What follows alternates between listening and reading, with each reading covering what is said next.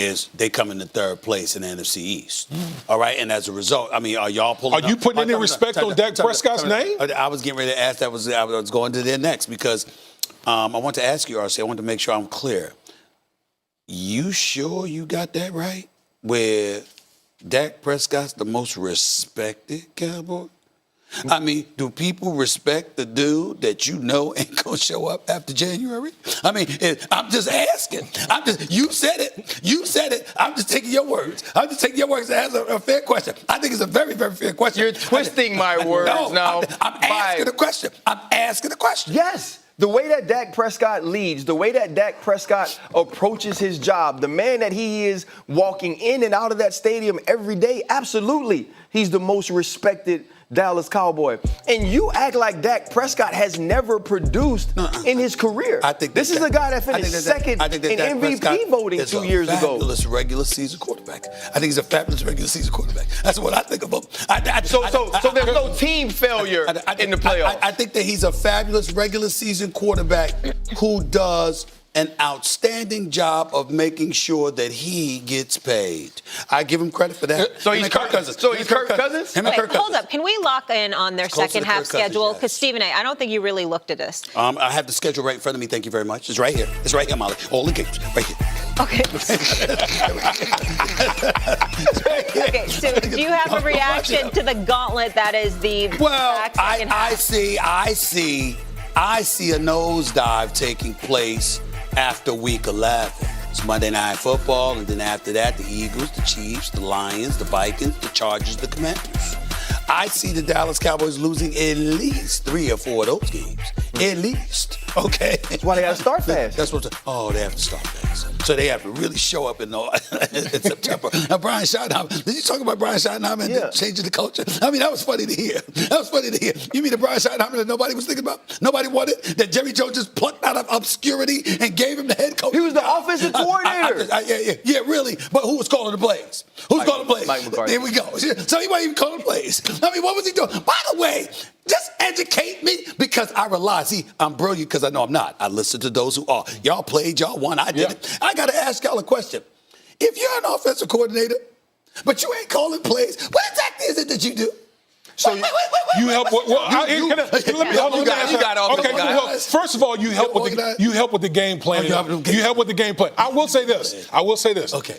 Now, when I played with the Jets, Brian Schottenheimer was my offensive coordinator. Okay. We were very successful during that time. Yes, they were. So, You said the Jets were successful. Two AFC championships. Two AFC championship games. He was the offensive coordinator. I understand that, but I recall that's Mark Sanchez. That was right. Now he has Dak Prescott. Was the offense anything to write home about when Mark Sanchez was the quarterback? They were physical and they could run the ball. Now he has Dak Prescott. Championship game. Now he has Dak Prescott. Yeah. But also, too, I remember this. Like a guy like Mike McDaniel, right? Yeah. Mike McDaniel didn't call plays in San Francisco, but he was the run game coordinator. When you look at what he was able to do offensively in Miami. With Tua. What about without? Well, you need a good quarterback, Stephen A. I'm supposed to run Skylar Thompson out there and win games. That's exactly where I'm going. You understand? But Dak Prescott's a good quarterback. He's a damn good quarterback in regular season. He's a damn good quarterback in the regular season. We're talking about where they will finish in the NFC East. I can't do anything about the postseason right now. I got you. I'm just focused on the regular season. I veered left. My bad. I'll get back to the regular season. Okay, so let's look at it. Just look at it right here. They do have the Packers week 4.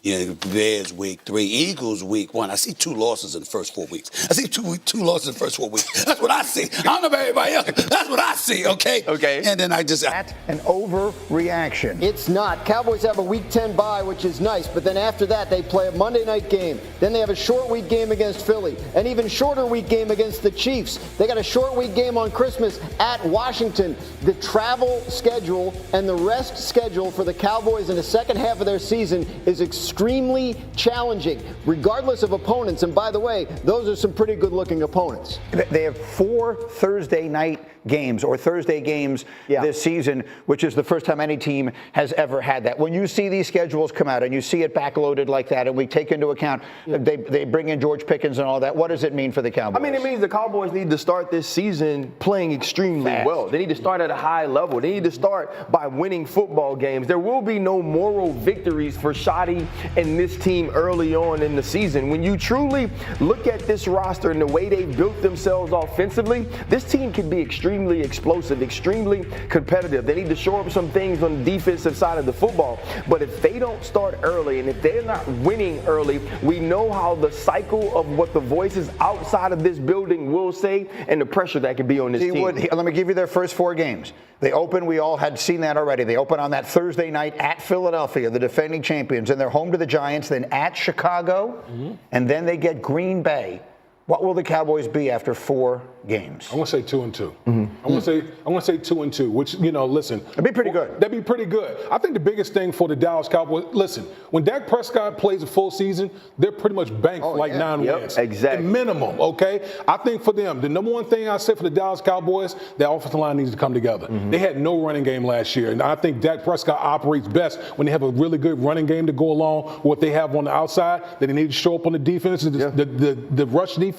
But like RC said, they got to get out of the gates quick because that back half, boy, it could be troublesome. The trade they made for George Pickens really opened up my eyes. That was the aggressive move, and they didn't do it in free agency. They did it a different way. When was the last time the Dallas Cowboys ever made an aggressive move like that? That's what we've been talking about with them for years. It's like, where's the move? It sort of had to be laid up on a silver platter, and it was, with George Pickens being moved from the Pittsburgh Steelers. But it also finally showed that this team has a sense of urgency in trying to win and trying to do something different. But it doesn't matter if this team is 500, like Graziano said, after the bye week, it's going to be extremely difficult to win some of those games, not having rest, playing against good football teams in that travel schedule. You have to have some momentum headed into that. So the things that we were looking for yesterday, which teams got sort of favorable and unfavorable? That brings us to the Lions. If I were to say Detroit's 2-year streak of winning that division is in serious jeopardy, is that an overreaction? Not at all an overreaction. Remember, they didn't win the division until the last week of the season last year, so a tough division to start. But remember this, they had only 3 outdoor games all last season. This season, they have 7. And their road schedule, if you just factor in last year's records, their combined winning percentage of the teams they will play on the road this year was .667 last year. I mean, they have some tough games. They have some outdoor games. Jared Goff, 10 points lower career QBR outdoors than indoors.